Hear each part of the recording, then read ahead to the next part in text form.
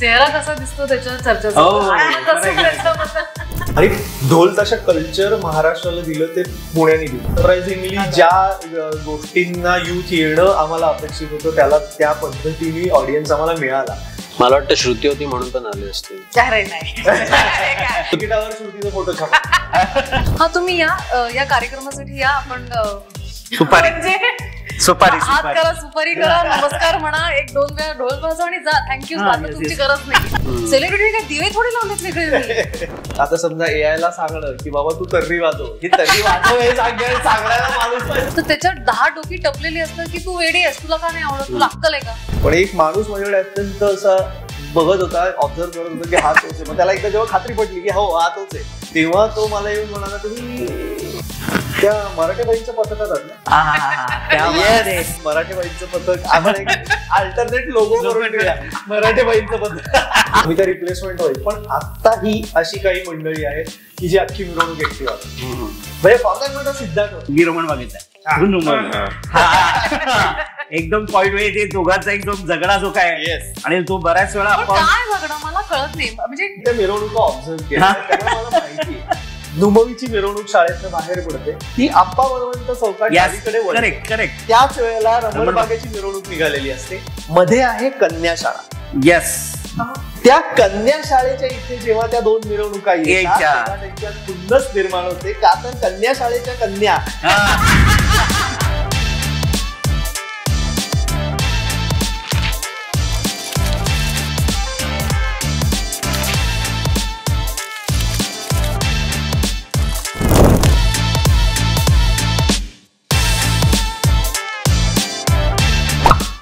बरं, इंट्रोडक्शनचं कसं करायचंय? कोण घेतंय? आय थिंक त्यांच्या इंट्रोडक्शनची गरजच नाही, मुळात आम्हालाच गरज आहे. मीच घेतो.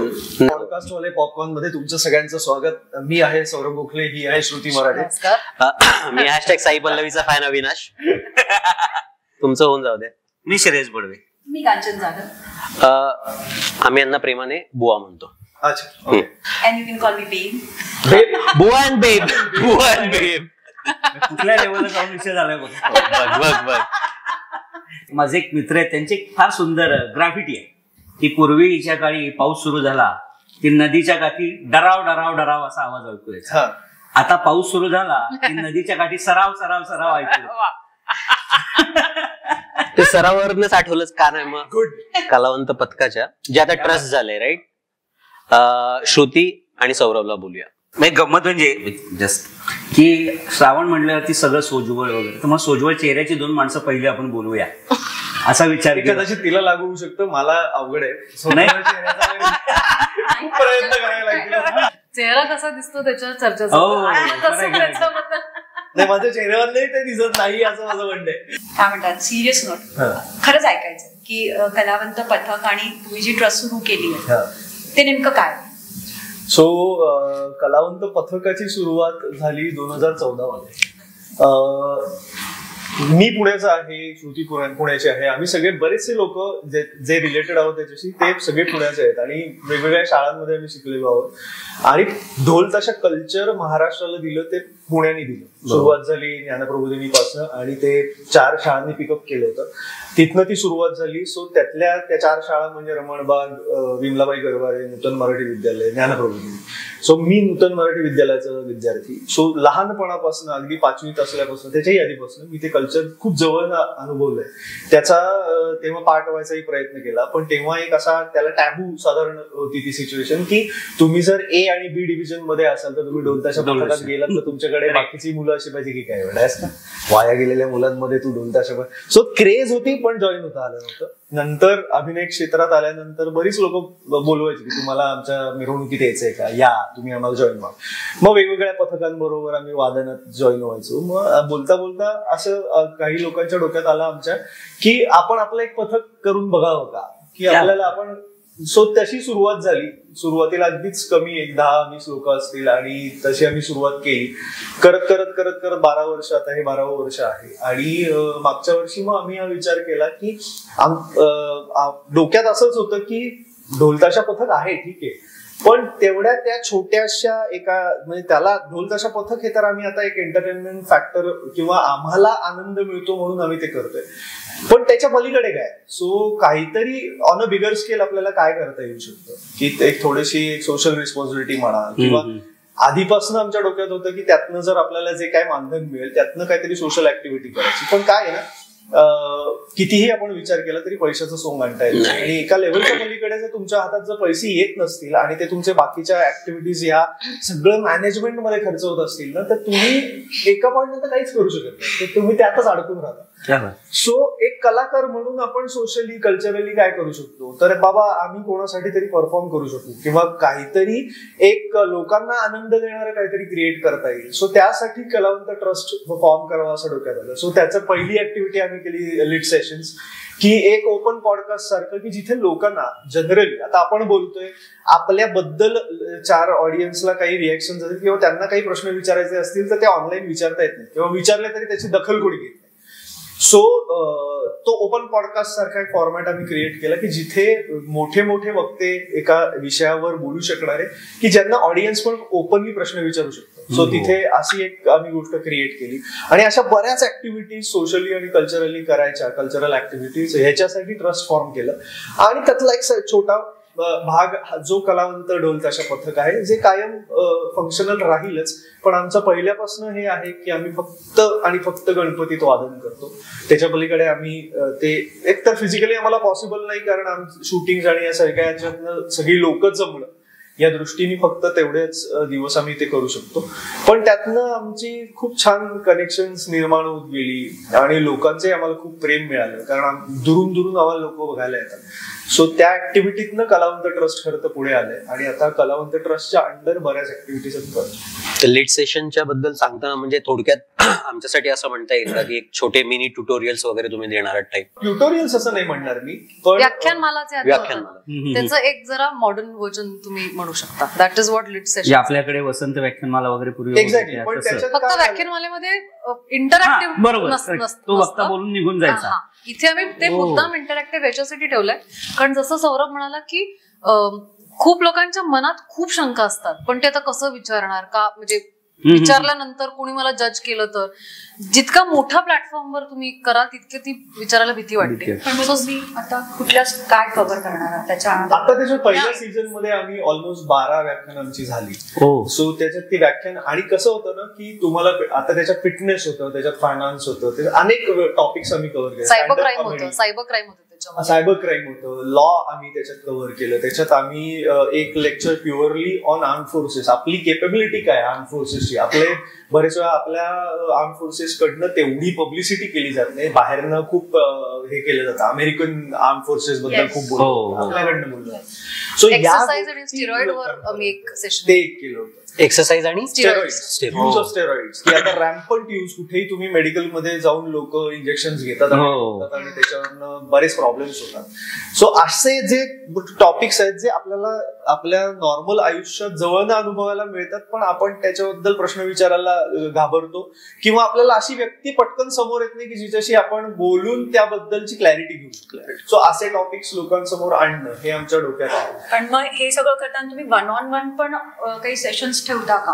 1-on-1 नाही, कारण ओपन टू ऑल असतं, आणि त्याच्यात अँकर असतो हू मॉनिटर्स द ऍक्टिव्हिटी, म्हणजे तो ओपन करतो. आणि पण आम्ही त्याच्यात असं ठेवलंय की अगदी पहिल्या वाक्याला जरी एक, आता समजा इंट्रोडक्शन झालं की या श्रुती मराठे या असं असं करतात, या पहिल्या वाक्याला जरी समोरून ऑडियन्स मधनं प्रश्न आला तरी तिथपासून आम्ही सुरुवात करतो. म्हणजे एक उदाहरण देतो, जेव्हा सायबर क्राईम बद्दल आम्ही करत होतो ना, तेव्हा Omkar started talking about digital arrest. आता हे नवीन सुरू झाले डिजिटल अरेस्ट, तर खूप लोकांना माहितच नाही. म्हणजे आपल्याकडे इतकी लोक आहेत जे 9-9 तास डिजिटल अरेस्ट झालेली आहेत. हे फ्रॉड आहे, हे स्कॅम आहे, हे माहिती नसताना कोणीतरी तुम्हाला एक स्कॅमर व्हिडिओ कॉल करतो आणि 9 तास तुम्हाला अडकवून ठेवतो.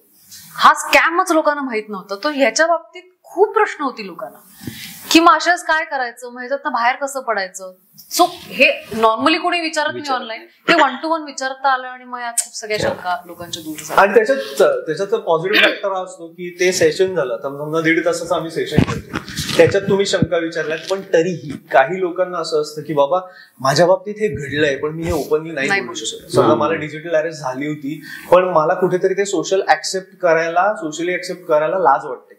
सो त्यानंतर ना आम्ही मध्ये एक अर्ध्या तासाची गॅप ठेवतो पुढच्या सेशनसाठी. सो त्या अर्ध्या तासात you can personally interact with that guest आणि तुम्ही तुमच्या so you can have that 1-to-1 किंवा तुम्ही त्यांच्याशी बोलून बाबा मला तुमची अपॉइंटमेंट हवी. कारण बऱ्याच लोकांना काय होतं, समजा मी एक प्रसिद्ध पॉडकास्ट पाहिला, त्याच्यात एक खूप प्रसिद्ध व्यक्ती आली, तिचा अगदी खाली कॉन्टॅक्ट इन्फॉर्मेशन दिली की तुम्ही you can get in touch with that person.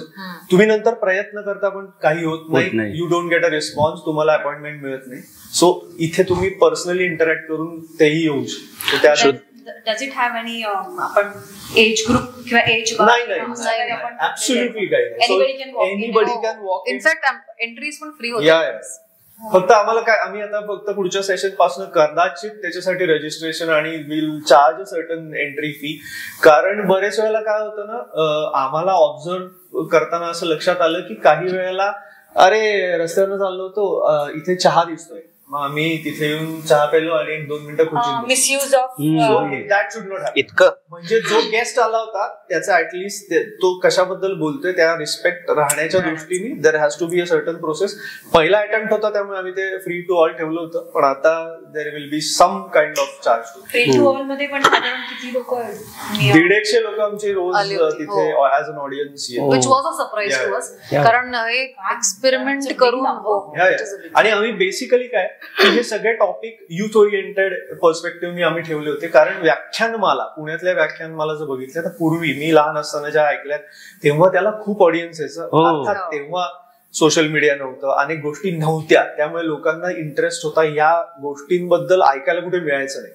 आता स्क्रोल केलं की तुम्हाला 4 पॉडकास्ट येतात, तुम्ही काही वाटेल ते ऐकू शकता, ऑथेंटिसिटी तुम्हाला चेक करता येते.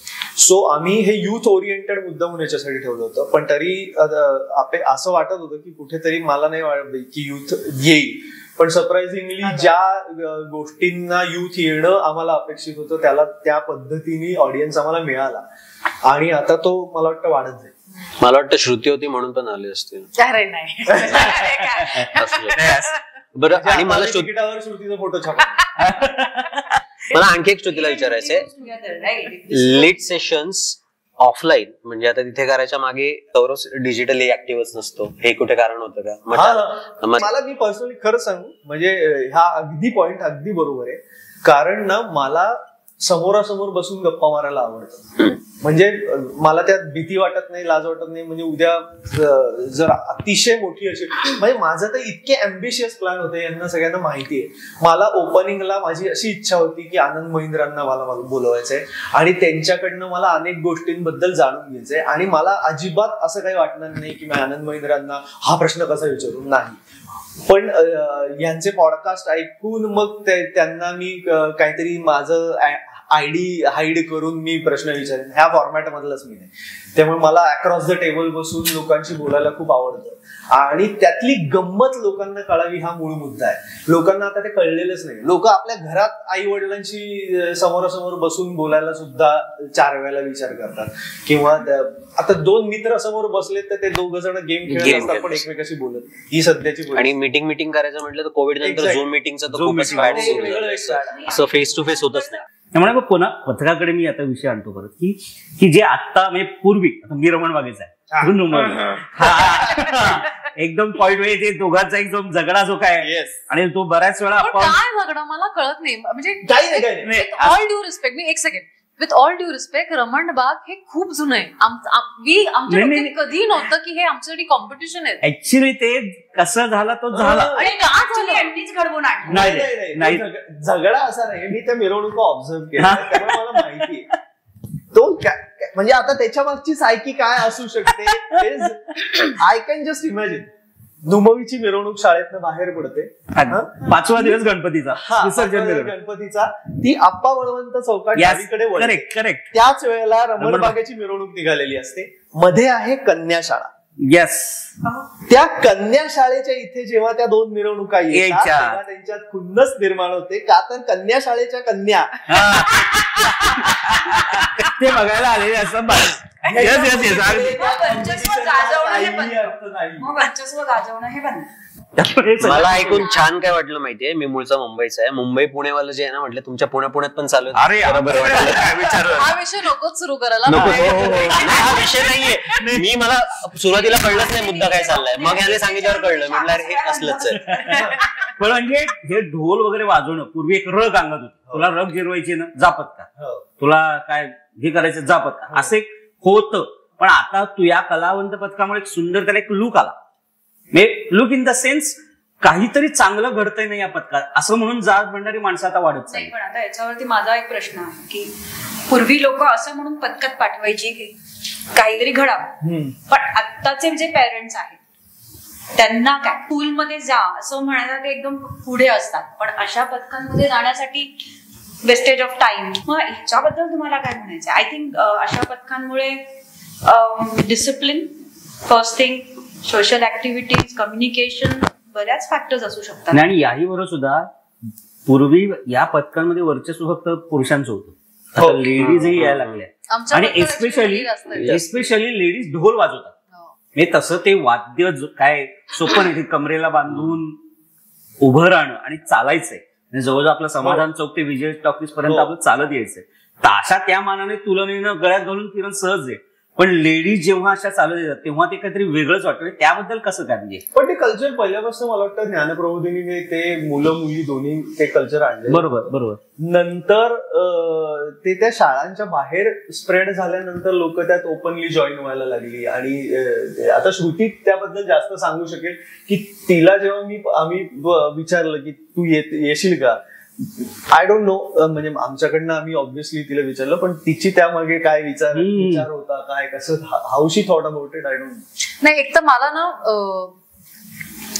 लक्ष्मी रोडचं अट्रॅक्शन नेहमी होतं लहानपणी असं, म्हणजे तर बाय डिफॉल्ट असायचं की शेवटच्या दिवशी लक्ष्मी रोडवर जायचं आणि ते नेहमी बघणं व्हायचं की ढोल वाजवतायत. मग त्यात पुरुष वाजवतोय का बाई वाजवते हे नाही, ढोल वाजवतायत हे सगळ्यात जास्त अट्रॅक्शन होतं.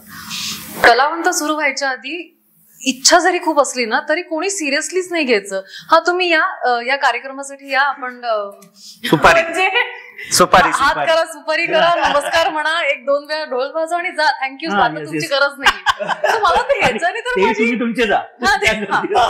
तर माझी ढोल वाजवण्याची हाऊस तर नाही भेटली जाणार आहे ना. मग काय करायचं? तर इट वॉज अ कोइन्सिडन्स की त्या काळात कलावंत पण सुरू झाला आणि मला म्हटलं आता तर हे माझं घरच आहे, म्हणजे अगदीच वाजवू शकते. मैत्री किती वर्षांपासून तुमची दोघांची?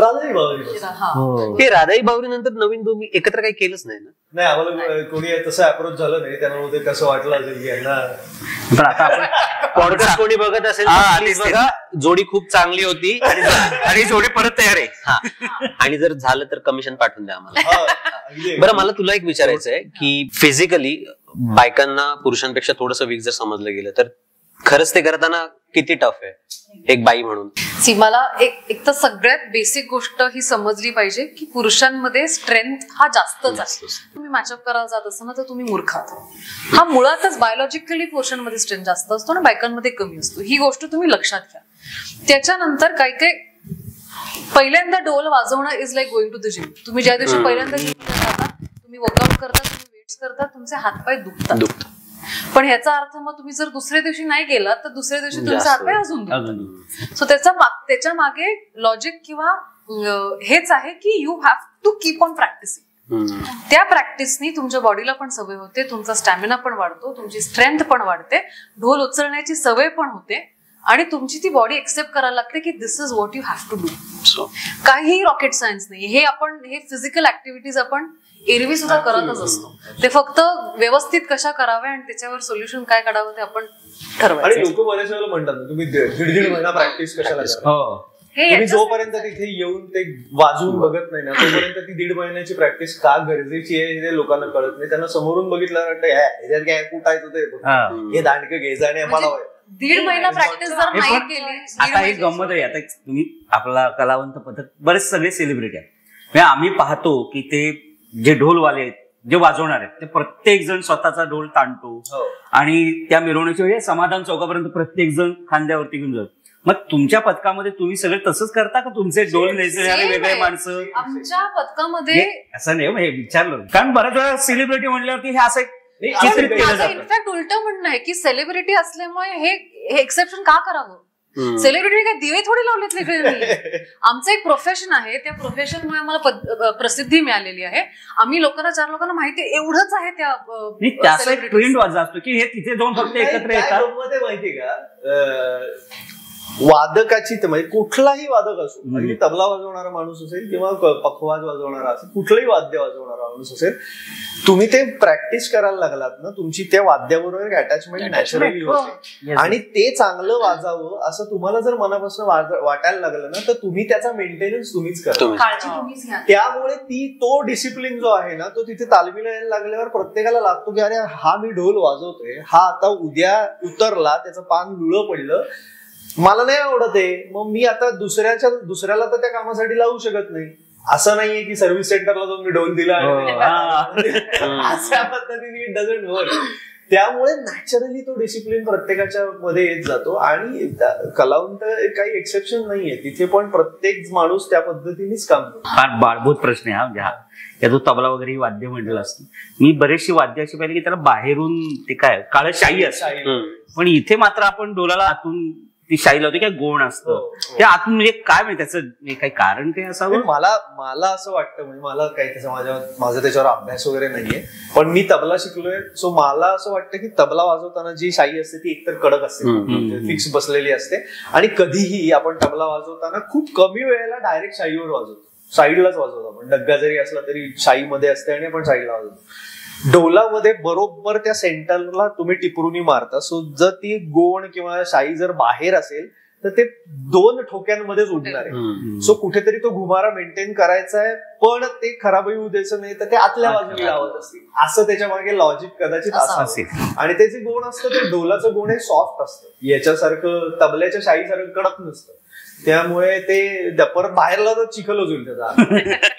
छोटस एक लीड सेशन होऊनच जाऊ दे ना सौरभ, जरा सांगच ना ढोल वगैरेचं सगळं एक छोटस करूनच. त्याच्यापेक्षा आत्ताचं वजन बऱ्यापैकी कमी झालंय, कारण आता तो वापरतात तो जो पत्रा आहे ना, पूर्वी ते बिडाच्या ह्याचे ढोल वाजवायचे रादर, किंवा अजूनही काही ट्रॅडिशनल ढोल बघितले तर ते लाकडाचे असतात. ते आपण इमॅजिनच नाही करू शकत, कदाचित मेंटेन करणं वगैरे इम्पॉसिबल आहे. पण आताच आहे ते पत्रा, तो काय 44 गेजचा पत्रा वगैरे असतो. सो त्या मानाने आता ते खूप हलकं झालंय सगळं प्रकरण. म्हणजे आता इव्हन फायबरची पानं येतात, त्याचा तरीही आता फायबरच्या पानांचा घुमारा जो आहे तो आपल्याला नॉर्मल जे ढोल वाजवतात, श्रुतीला जरी विचारलं तरी ती सांगेल की त्याचा घुमारा लोकांना आवडत नाही. सो फायबरची पानं खूप रेअरली वापरतात, मुंबईत वाजवतात, कारण मुंबईची ह्युमिडिटी लक्षात घेतात, तिथे कातडी पान लवकर सो तिथे ते जास्त प्रामुख्याने वापरलं जातं. पण अदरवाईज ट्रॅडिशनली कातड्याचं वापरलं जातं. ताशाला पूर्वी कातड्याचं पान असायचं, पण तो इतक्या वेळेला ताणायला लागायचा आणि त्याचा आवाज तो वाजवणारा माणूस खूप स्किलफुल असावा लागतो. त्यामुळे असे काही काही बेसिक त्याच्यात टेक्निकली आता सुधारणा खूप होत चालली, मस्त आणि होत राहतील. नशीब AI काय करू शकत नाही यात, नाही तर कलावंत पद कसं काय. नाही ते काय आता म्हणजे पुढे मागे झालं तर मला काही त्याच्यात नवल वाटत नाही. AI वादक वगैरे असं होऊ शकतं. काय वाटतं तुला AI बद्दल? काय वाटतं? मजा राहणारच नाही माझ्या AI मुळे, कशाचा जिवंतपणा जाईल. आपण ते AI चालवायला माणूस पाहिजेच, त्यामुळे ते AI कितीही आपण म्हणलं तरी त्या AI ला आता समजा AI ला सांगणं की बाबा तू तर्री वाजव, ही तर्री वाजव हे सांगायला माणूस पाहिजे ना. तर्री म्हणजे दोन्ही काठांनी ताशा वाजवतात तर्री, दोन्हीच काठांनी वाजवतात.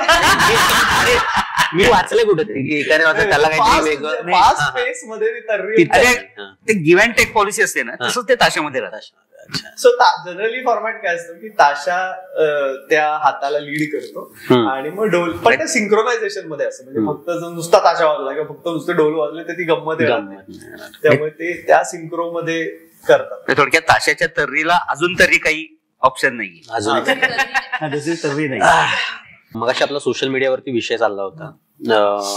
सोशल मीडियाला तू ऍक्टिव्ह नाहीस जास्त असं म्हणतोयस, तू काय सोशली डिटॉक्स करायचा प्रयत्न करतोयस की कसं काय? म्हणजे की मुळात सवयच नाहीये तुला? नाही, मला सवयच, मला आवडच नाही. मला मुळात सोशल मीडियावर मी फक्त जे कामा रिलेटेड असेल तेवढंच टाकतो. मला माझं पर्सनल आयुष्य, माझ्या पर्सनल आयुष्यात घडणाऱ्या घटना या मला अजिबात सोशल मीडियावर टाकायची इच्छा नाही, कारण ती साईड लोकांपुढे यावी अशी माझी इच्छा नाही. त्यामुळे मी सोशल मीडियावर फक्त मी काय काम करतोय, लोकांना जाणून घ्यायचंय हा काम करतोय का हा सध्या बेकार आहे, तेवढं मी टाकतो. तुझं काय मत, तुझं काही वेगळं काय? कारण तू खूप ऍक्टिव्ह दिसते सोशल मीडियावर. पण अगदी तू बघितलंस तर ते सोशली ऍक्टिव्ह आहे. मी माझ्या खासगी आयुष्यात काय चालू आहे, मी कुठे जातीये, हे तुला कधीच दिसणार नाही. कारण मलाही ते पटत नाही की मी उठल्यानंतर चहा पिते, कॉफी पिते, इथपासून माहिती तुम्हाला द्यावी, हे मला इम्पॉर्टंटच वाटत नाही. पण हो, मी ह्या कार्यक्रमाला जाते, मी ही फिल्म करते, मला हे नाटक येत आहे किंवा हे OTTचं करते, ह्याच्याबद्दल इन्फॉर्मेशन आणि हे माझ्या ऑडियन्सना कळावं हे मला इम्पॉर्टंट वाटतं. तुमचं पर्सनल PR म्हणून वापरू शकता तुम्ही सोशल मीडिया, तेवढंच. पण पर्सनल PR सुद्धा एक्सटेंड की मी काय काम करतोय किंवा मला काय काम करायची इच्छा आहे, किंवा माझ्या आता बाबा मी आता जसं आम्ही कलावंतच्या बाबतीत म्हणतो की आता ट्रस्ट होताना आम्ही त्याचं एक कॅम्पेन केलं, किंवा ट्रस्टच्या पहिल्या ऍक्टिव्हिटीज किंवा पुढे येणाऱ्या ऍक्टिव्हिटीज याबद्दल जर काही बोलायची माझी इच्छा असेल तर मी ते डेफिनेटली त्याच्यासाठी सोशल मीडिया वापरेन. पण अदरवाईज पर्सनल म्हणजे अगदीच लोणावळ्याला जायला आवडतं का, तर ह्याच्यावर सुद्धा मी माझं ओपिनियन देणार नाही, कारण गरजेचं नाहीये. प्रॉब्लेम काय, नुसतं ओपिनियन देण्याचा प्रॉब्लेम नाही. आता मी जर म्हणाले की मला तिथे जायला नाही आवडत, तर त्याच्यात 10 डोकी टपलेली असतं की तू वेडी आहेस, तुला का नाही आवडत, तुला अक्कल आहे का, हे ऐकण्याच मध्ये कपॅसिटी नाही. आणि मग लोणावळ्याला उठणार की बघा यांना आमच्या यायला आवडत हा डिबेट. हे उदाहरण दिलं मी, म्हणजे एक्झाम्पल. पण ह्या स्पेस मध्ये जायची मला गरज वाटत नाही, कारण आपल्याकडे नाही, म्हणजे एखाद्या माणसाचं पर्सनल ओपिनियन असू शकतं जे तुम्हाला आवडणारं नसेल, हे आपल्याकडे पटलंच जात नाही.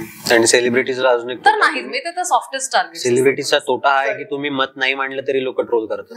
मांडलं तर तुम्हाला ट्रोल करणार, मांडलं नाही असं फ्रेम करतो. That is another big thing. त्याच्यावर मला आठवलं, I was just going through Vicky आणि मला कळलं की साऊथ मध्ये वेगळ्या नावाने काहीतरी ऑपरेट करते नाही करत होते पहिल्या फिल्म पुरती, कारण मला से नव्हता त्याच्यामध्ये. मी नवीन असल्यामुळे तिथे गेल्यानंतर एकतर लहान होते मी. 2006 मध्ये माझी पहिली 8 मध्ये पहिली तमिळ फिल्म केली. तर तेव्हा एक तर सोशल मीडिया नव्हतं, साऊथ इंडस्ट्री कम्प्लिटली वेगळी होती. म्हणजे आता जी सगळी मर्ज झालंय ना, नॉर्थ आणि साऊथ एकत्र OTT मुळे आणि या सगळ्यामुळे, तेव्हा असं काहीच नव्हतं. अनेक साऊथ मधल्या फिल्म ज्या रिलीज व्हायच्या त्या यायच्याच नाही. एखादी कुठली तरी जी सुपरहिट व्हायची ती आपल्या महाराष्ट्रामध्ये किंवा नॉर्थमध्ये यायची. सो तिकडे गेल्यानंतर मला खूप गोष्टी माहिती नव्हत्या, माझ्या गाईड करणारं मला कोणी नव्हतं. सो जसं फ्लो येत गेला तसा मी गोष्टी करत गेले. गोष्टी 4 केल्यानंतर मग मला कळायला लागलं की हे केलं पाहिजे, हे नाही केलं पाहिजे. जे केलं पाहिजे, जे मला कळलं ते मी कंटिन्यू केलं. म्हणजे वर्किंग इन साऊथ फिल्म्स ते मी कंटिन्यू केलं. त्या साऊथ फिल्म्स मध्ये काय काय गोष्टी नाही केल्या पाहिजेत हे सुद्धा मला कळलं, ते मी डिस्कंटिन्यू केल्या.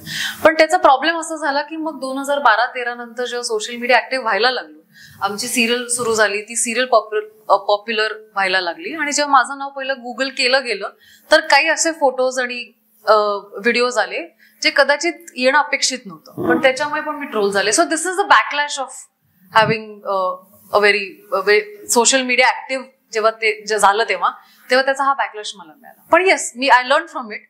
त्यातनं काय करायचं काय नाही हे मी ठरवलं आणि ते 4 गोष्टी परत नाही केल्या.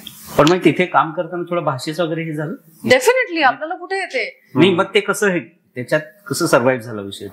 सो मी तमिळ फिल्म्स करताना बेसिक तमिळ मी शिकून गेले आणि हे याच्यासाठी शिकले. डायलॉग्स वगैरे तर ही खूप लांबची गोष्ट आहे. तिथे एनिवे तुम्हाला रट्टा मारायला लागतो, प्रॉम्प्टिंग करतात, डबिंग मी एनिवे करत नाही, कोणीतरी करतं, त्यामुळे तिथे 19-20 झालेलं चालतं, काही प्रॉब्लेम नाही.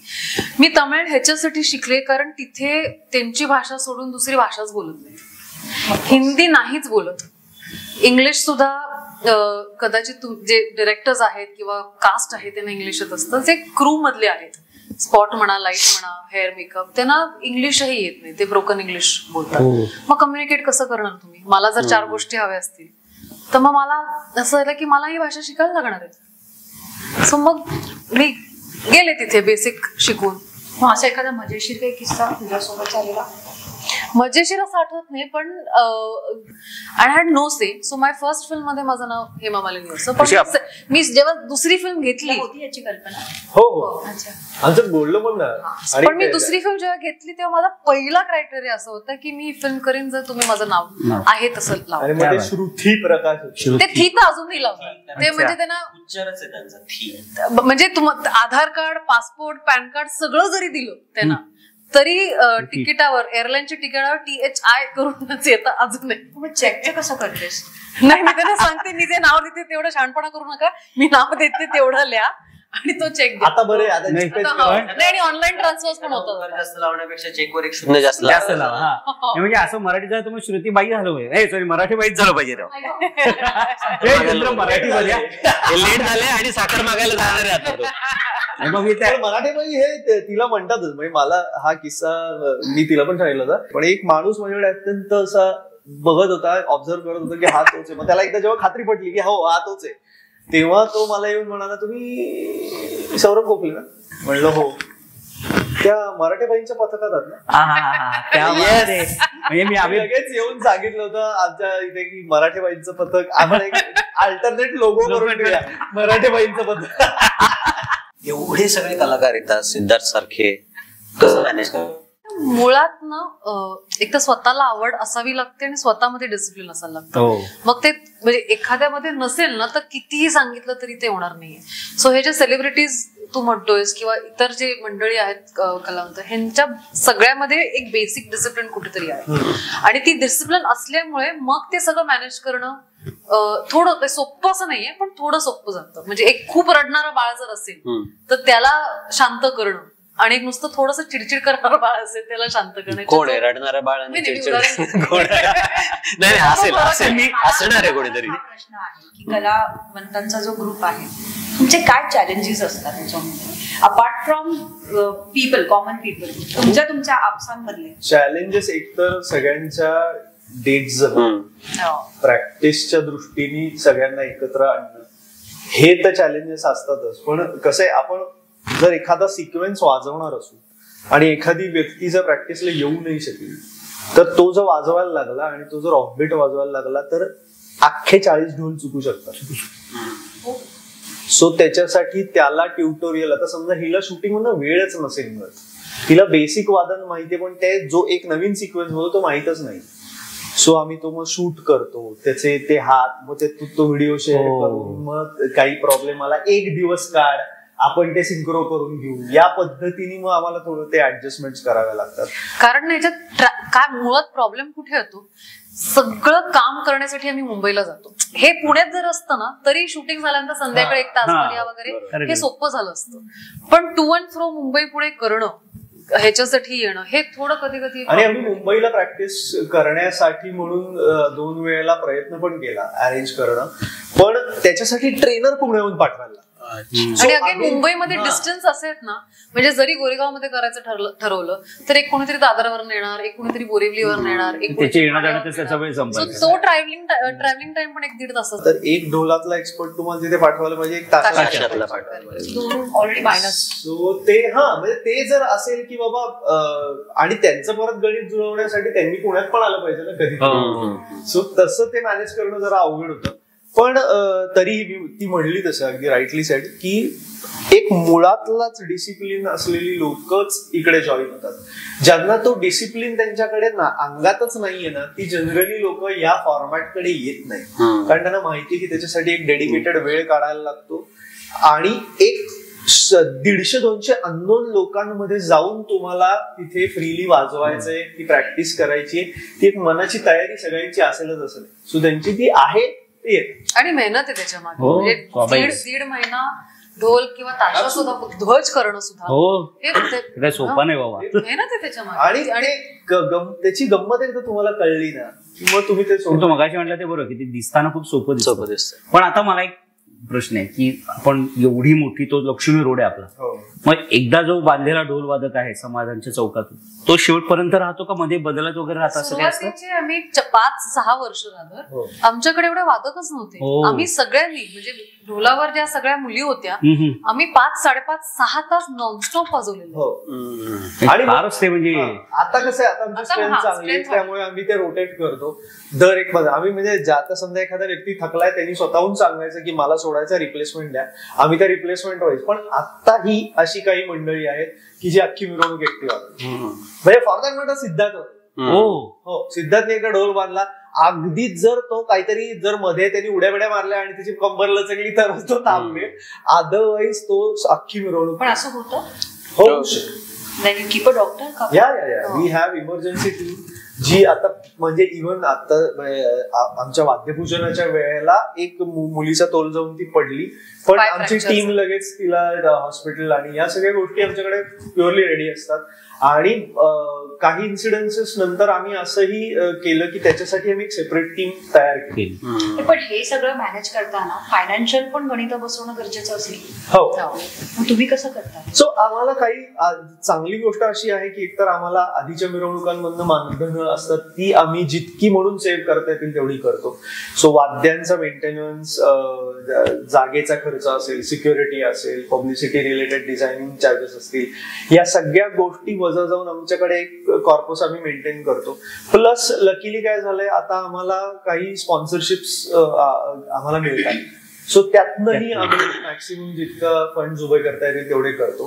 प्लस आमच्याकडे असं असतं की आता नेक्स्ट इयर बराबर या वर्षीपासूनच आम्ही ते परत सुरू करतोय की जेवढी म्हणून लोक आहेत, म्हणजे आम्ही तर सगळेजण 2014 पासून खिशातले पैसे घालून बऱ्याचशा गोष्टी त्यातल्या केलेल्याच आहेत, पण आता जे मेंबर्स कंटिन्यू आहेत त्यांनी आम्ही असं ठरवलं की एक मेंटेनन्स कॉस्ट आपण दरवर्षी एक सर्टन अमाऊंट, काय 1000 रुपये असेल, 500 रुपये असेल, ती आपण काढायची की जेणेकरून आपल्याकडे एक भिंत म्हणून एक अमाऊंट रेडी आहे की उद्या to fall back we have a certain corpus backup. असं आमची वेबसाईट आहे, त्यानंतर ट्रस्टचं इंस्टाग्रामवर बाकी कॉन्टॅक्ट डिटेल्स आहेत, so they can get in touch with अस.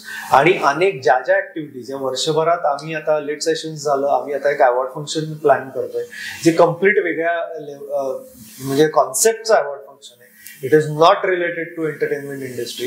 त्यानंतर आम्ही कलावंत करंडक नावाच्या 2 स्पर्धा अरेंज करतोय. या सगळ्या गोष्टी आम्ही करतोय ज्या आता आम्ही एक प्रेस कॉन्फरन्स घेऊन अनाऊन्स करू. सो त्याच्यासाठी जर कोणाला आमच्या बरोबर काम करायची इच्छा असेल तर we are open to it.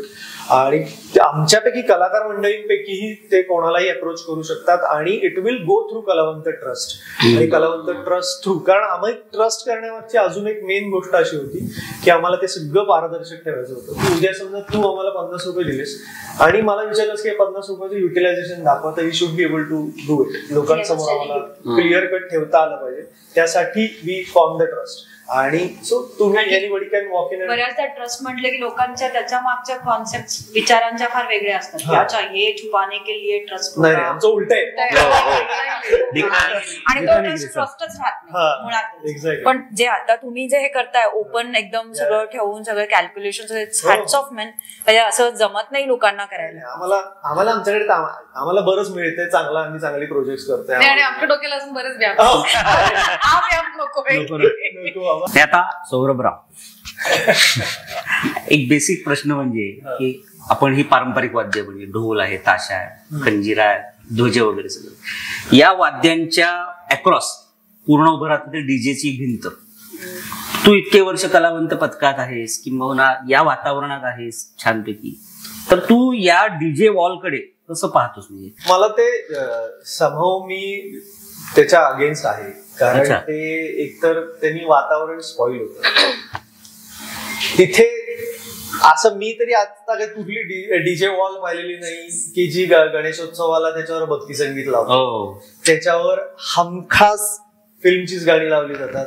आणि फक्त गणेशोत्सवात नाही तर छत्रपती शिवाजी महाराजांच्या जयंतीला असेल, कोणाच्याही जयंतीला, कुठल्याही महापुरुषाच्या जयंतीला असेल, त्याच्यावर चुकीचीच गाणी लावली जातात बाय डिफॉल्ट. दहीहंडीची गोष्ट मी सोडून देतो, चला तिथे पार्टी मूड मधलीच गाणी असतात, कारण तिथे तेच वातावरण ते असतं, त्यामुळे कदाचित त्याला आपण एक एक्सेप्शन मानू शकतो. पण बाकीच्या उत्सवांशी रिलेटेड डीजेचा उपयोग हा चुकीच्या पद्धतीनेच केला जातो. आणि मला समोर ना त्याच्या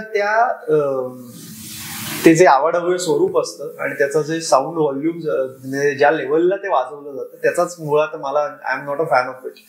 आणि तो भाग जरी आपण बाजूला सोडला तरी त्याचे हेल्थ कन्सर्न्स खूप बेकार लेवलचे आहेत. म्हणजे अनेक मी अशा गोष्टी ऐकलेल्या आहेत की त्याच्यामुळे लोकांना हार्ट अटॅक आले, दडदडलं, लोक बेशुद्ध पडली, त्यांचं हिअरिंग लॉस झाले, अशा अनेक गोष्टी असताना पण again there is another side to it की त्याच्या मागे असलेलं व्यावसायिक गणित जर तुम्ही बघितलं, अनेक लोकांचे त्याच्यातल्या इन्व्हेस्टमेंट जितक्या प्रचंड प्रमाणातले असतात. सो तो व्यवसाय लक्षात घेऊनही ते एका फटक्यात बंद होणं हे अवघड आहे.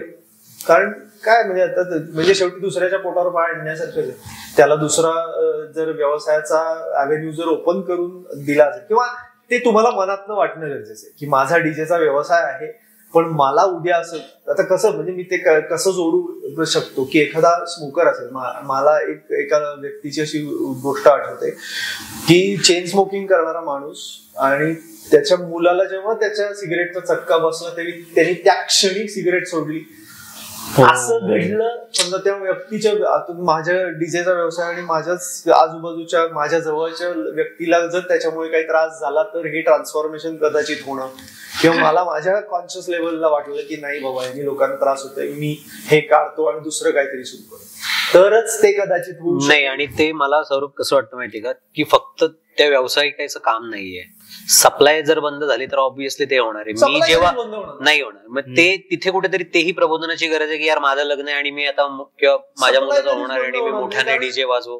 ते दोन्हीकडून होणं तितकंच गरजेचं आहे. मला असं वाटतं म्युच्युअल अंडरस्टँडिंग पण होऊ शकतं ना की सगळे एकत्र आले आणि त्यांनी कधीच नाहीच करायचं. कारण अरे लक्ष्मी रोडची बरीच लोक त्या शेवटच्या दिवशी बरीच बाहेर जातात निघून. हो आजची परिस्थिती मी तर म्हणतो अख्खी लक्ष्मी रोडवर राहणारी सगळी अगदी घरं बंद करतात आणि ते 10 दिवस दुसरीकडे जाऊन राहतात. आणि शेवटच्या दिवशी ती काय भिंतींचे त्या काचांचे आवाज वगैरे नको राहिला इथे म्हणे. आणि प्रॉब्लेम 4-5 दिवस आपण नुसतं स्पीकरचा प्रॉब्लेम नसून स्पीकरवर एकतर जी गाणी लागतात हा मुद्दा तर आहेच. ती गाणी लागल्यानंतर ज्या पद्धतीचे डान्स किंवा नाच होतो त्याचाही प्रॉब्लेम आहे. आणि तो डान्स चालू असताना इतर गोष्टी काय तिथे केल्या जातात त्याचाही प्रॉब्लेम. आणि टाइम तर आहेच पण फक्त स्पीकरचे प्रॉब्लेम आहेत का तर नाही. त्याच्या आजूबाजूला घडणाऱ्या गोष्टींचा ऍक्च्युअली जास्त प्रॉब्लेम नाही. आणि गंमत कशी जो डीजेइंग करणारा माणूस असतो तो त्या भिंतींच्या समोर नसतो आणि वरतून त्याला काहीच फरक पडत नाही. तो हेडफोन लावतो बसतो आणि त्याचं चालू असतं. समोरची व्यक्ती ते मजा करत असते किंवा त्याचं फळं भोगत असते. त्यामुळे ते म्हणजे आणि शेवटी ना आपल्याकडे म्हणजे कुठेही तुम्ही जगात जा काही एक काही लोकांना शो ऑफ आवडतो, काही लोकांना शो ऑफ आवडत नाही. आणि डीजेच्या भिंती लावणं इज शो ऑफ. माझ्या मंडळाने एवढ्या डीजेची भिंत लावली 50 फुटाची. हा show off of power of आमच्याकडे किती चालू असतं त्यांच्यामध्ये. एक तर बेसिकली ती लेंदी प्रोसेस आपली मिरवणूक. मी कल्चरमधला असलो तरी आणि त्याचं कारण काय सांगतात की पथकांमध्ये वाढणार अंतर गणपती आणि पथकांमध्ये ढोलांची संख्या हा एक फार सध्या प्रॉब्लेम झाला की 40च घ्या 30च घ्या. मग हे तुम्ही पथकवाले असं कधी काही ठरवता का की ठरवलंय का की आपण आयडियली सांगू तुम्ही जितके ढोल वाढवाल ना तेवढं तुमचं वादन खराब होत जातं. हो कारण काय तुमचे आता समजा तुमच्या एखाद्या पथकात तुम्ही जर 60 ढोल लावले इकडे 30 ढोल इकडे 30 ढोल ताशा कोऑर्डिनेट करणारे मध्ये ताशा जर मागे ऐकूच नाही कारण जितके जास्त ढोल तितकं व्हर्टिकली ती लाईन वाढत ती अशी नाही वाढत ती अशी वाढत आणि ती वादन फक्त आणि फक्त खराब होतं. सो 40 ढोल इज मॅक्झिमम लिमिट तुम्ही ठेवायला पाहिजे. 20-20 कोऑर्डिनेशन तुमचं ते जे तुम्हाला ऐकणं अपेक्षित आहे ना लोकांना ऐकणं अपेक्षित आहे ते आम्ही तर कधी कधी म्हणतो की अरे 30 पण पुरेसे बेस्ट आहे. इकडे 15 ढोल इकडे 15 ढोल मध्ये छान 10 ताशे विषय संपला. उत्तम ऐकू येतं कोऑर्डिनेशन उत्तम होतं लोक एन्जॉय करतात प्रत्येकाला चेंजेस देऊन वाजवायला मिळतं खूप छान होतं. तुम्हाला जेव्हा आम्ही आता मिरवणुका बघितल्या ना की 50 ढोल समजा लावले 50-55 ढोल लावले तर समजा एक ढोल, पहिला ढोल असेल तो त्या चौकात असतो, मागचा ढोल या चौकात असतो, याचं याला कळत नाही, त्याचं त्याला कळत नाही, हात बदललाय नाही बदललाय. त्यामुळे बरोबर आहे, हा अत्यंत वादाचा मुद्दा आहे. पण कमीत कमी ढोल लावून जितकं तुम्हाला छान ऐकू येतं ना तितकं तुम्हाला जास्त ढोलांनी येत नाही. क्या बात आहे. पण आता या आपल्या पथकामध्ये कोणी आलं तर चालू शकतं, कलाकार कुठलेही, कला क्षेत्राशी रिलेटेड कोणीही या याच्यात, म्हणजे अगदी मूर्तिकला असेल, चित्रकला असेल, कशिदाकारी असेल, कुठलंही any kind of art form त्यांना आम्ही हे ओपन ठेवलेलं आहे. सो असं नाही की कलावंत म्हणजे फक्त ऍक्टर्स, असा एक गैरसमज तेच कमी येतं मला वाटतं. तर आणि परत टेक्निशियन नोन फेसेस म्हणतो ना ते. आता पण कसं आहे माहितीये का, अनेक वेळेला आमच्या बाबतीत असंही घडलेलं आहे की कलावंत मध्ये दिसणारी व्यक्ती अरेच्या एकदम या फिल्म मध्ये हिरोईन म्हणून, हिरो म्हणून दिसली, असंही झालेलं आहे. सिरियलचा अचानक लीड करताना दिसली, असं बऱ्याच वेळेला आम्ही बघितलेल्या गोष्टी आहेत. सो असं नाही आणि काय ते म्हणलं ना की असं सेलिब्रिटी हा जी काही टर्म वापरली जाते त्याला काही अर्थ नाही वाटते. कलावंत सेलिब्रिटी बनवतात. नाही असंही आताच तर बोललास की आम्ही म्हणतोय उलट की असे चांगले अनुभवही आम्हाला आले की अरे या व्यक्तीला कदाचित आज आम्ही ओळखत नव्हतो आणि उद्या अचानक त्या सिरियल मध्ये दिसली, अरे गुड. सो असंही घडतं. असं काही. तुझ्या घरी गणपती असतो? येस. हे मॅनेज कसं होतं तुझं विसर्जनाच्या दिवसाचा गणपती असतो. आणि छान गोष्ट अशी आमच्या की आम्ही मूर्ती विकत आणत नाही, घरी करतो. आणि श्रुती तुझ्याकडे? माहेरी गणपती नसतो, सासरी असतो, पण तो 3 भावंडांमध्ये असतो. सो मागच्या वर्षी आमच्याकडे होता, या वर्षी काकाकडे आहे. फिरता गणपती. आणि तू बडोद्याची आहेस? बडोद्याची. आमच्या मराठ्यांकडे ऍक्च्युली उजव्या सोंडेचा गणपती. सो मग म्हणून ती मूर्ती आणणं, एकदा आणली होती आणि मग त्याला त्याचं फार खूप क्रॅक गेला, कारण ते सगळं पाळलं नव्हतं असं आई बाबा मला सांगितलं, त्यामुळे ते क्रॅक गेलं त्या मूर्तीला. आणि मग त्याच्यानंतर मग नाहीच. घरी बनवताना मग शाडूच्या मातीची बनवतो पण जनरली बाबा बनवतात. बाबा नाही तर मी, असं आमचं म्हणजे शाडूची प्लास्टर प्युअरली शाडूची असते. आणि त्याचं विसर्जनही घरातच अंगणात आम्ही करतो.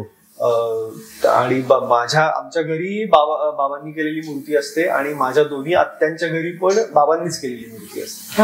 असं आम्ही कारण आधी आमच्याकडे पद्धत अशी होती पूर्वापार की एकच कुंभारवाड्यात घर होतं की जे नदीतली माती वापरून गणेश मूर्ती करायचे. ही ट्रॅडिशनल पद्धत आहे. पण ते नंतर मिळणं बंद झालं. सो मग बाबांनी डिसाईड केलं की आपणच घरात तयार करू. जी पूजेसाठी ते सांगितलं जातं शास्त्रात की ते तुम्ही माती आणून घरी ती मूर्ती करायची, त्याचीच पूजा करायची, प्राणप्रतिष्ठा करून 1.5 दिवसानंतर विसर्जन. तशीच फॉर्मॅट तो वापरला. आता गणपतीच्या मूर्तीवर बोलायला गेलं तर बरेच गणपतीच्या मूर्तींना घेऊन जर बोलायचं झालं तर बरेचसे मुद्दे आहेत की हे पहिलाच येतो तो काय प्लॅस्टर ऑफ पॅरिस करायचं, त्याच्यावरती आपण एक नवीन पॉडकास्ट करू, तो वेगळा. पेपर गणपती पण हे खूप म्हणजे आता ते इको फ्रेंडली काही लोकांनी जे काय चांगले हे सुरू केलं खूप मस्त आहे. नाही अवेअरनेस मला वाटतं बऱ्यापैकी आलेला आहे. पण मोदक करताना त्रास होत असेल ना? मला जमतच नाही मोदक. श्रुतीला येत असतील ना मोदक बनवून? आपण मोदक झाले का नाव द्यावं लागलं? मोदक नाही चांगले झाले. आपल्या प्रेक्षकांना आणि पुढे परत पुढच्या वर्षी, या वर्षी तर झालंच असेल कलावंतचं सगळं, म्हणजे झालंय संपलंय. पुढच्या वर्षी तुम्ही ह्या वर्षी काय केलं हे आम्हाला विचारा. आणि आता कलावंत ट्रस्ट बद्दल तुम्हाला काही सांगायचं असेल वेगळं तर ते सांगू शकता. नाही आता मला वाटतं बरंच बोलून झालेलं आहे. पण कलावंत ट्रस्टच्या अंडर आता मी म्हणलं तसं की गणेशोत्सवात वादन ही एक अत्यंत छोटी ऍक्टिव्हिटी आहे. पण ट्रस्टच्या अंडर आम्ही बऱ्याच सोशल आणि कल्चरल ऍक्टिव्हिटीज करतोय. आणि त्याचा भाग जर तुम्हाला व्हायचा असेल तर प्लीज आम्हाला तुम्ही जॉईन करू शकता. काही प्रॉब्लेम नाही. आम्हाला उलट आवडेल. आम्हाला जितकी लोक आणि आमच्या ऍक्टिव्हिटीज या जनरली ऑफबीट असतात. आम्ही ज्या रेग्युलर ऍक्टिव्हिटीज ज्या घडतात सगळीकडे, सोशल ऍक्टिव्हिटीज म्हणल्यावर काही ठराविक लोकांच्या डोक्यात एक चित्र असतं, ते आम्ही नाही करत. सो तशा काही संकल्पना आम्ही लोकांसमोर घेऊन येतोय सो त्याला जास्तीत जास्त सपोर्ट करा आणि त्याच्यात जितकं जास्तीत जास्त पार्टिसिपेट करता येईल बेसिकली करा, कारण त्यातनं आम्हाला अजून सुचत जातं काय अजून काहीतरी चांगलं येऊ शकतं. All the best Thank you. पण. Yes, आणि best. श्रुती डाएटवर आहेस का? पॉपकॉर्न खाल्लेच नाहीस? पॉपकॉर्न चालतात? आता जेवायची वेळ झाली, पॉपकॉर्न खायची थोडी. पॉपकॉर्नचे फायदे माहिती आहेत का? तू सांग ना. म्हणजे जे काही मी खूप असं आज बघा यॉर्कर होता ना. नाही, माझी स्क्रिप्ट तयार आहे, मी बोलू शकतो. हे सगळं गुगल वरच आहे बरं. ते कळतंय. बीनबॅग मध्ये भरता येऊ शकतं. काय? बीनबॅग मध्ये भरता येऊ शकतं. बिनबॅग मध्ये भरते फेकून मारू शकतो. आणि लागणार पण नाही. लागणार. मारल्याचाही आनंद. पॉपकॉर्न म्हणत आणि तुम्ही आलेल्या गेस्टला पॉपकॉर्न देऊ शकता. त्यांना असं वाटतं खूप खायला दिलंय, पण प्रत्यक्षात तुम्हाला काहीच नाही. अरे नाही. सगळ्यात महत्वाचं बजेट फ्रेंडली आहे. तुम्ही खूप खा, त्रास काही होणार नाही, पण एवढंच खायचं. दिसायला एवढं दिसतं, काहीच प्रॉब्लेम. येस. त्यामुळे आपण यांना मारलाय.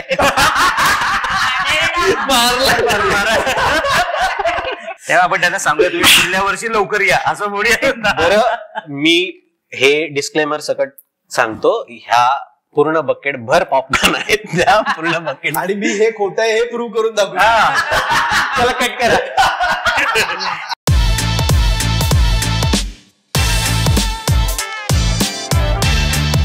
हा आमचा पॉडकास्टवाले पॉपकॉर्नचा पहिलाच एपिसोड कलावंत पथकाचे सौरभ आणि श्रुती यांच्यासोबत आम्ही सुरू केलाय. त्यांना जितकी शुभेच्छांची गरज आहे तितकीच आम्हालाही आहे.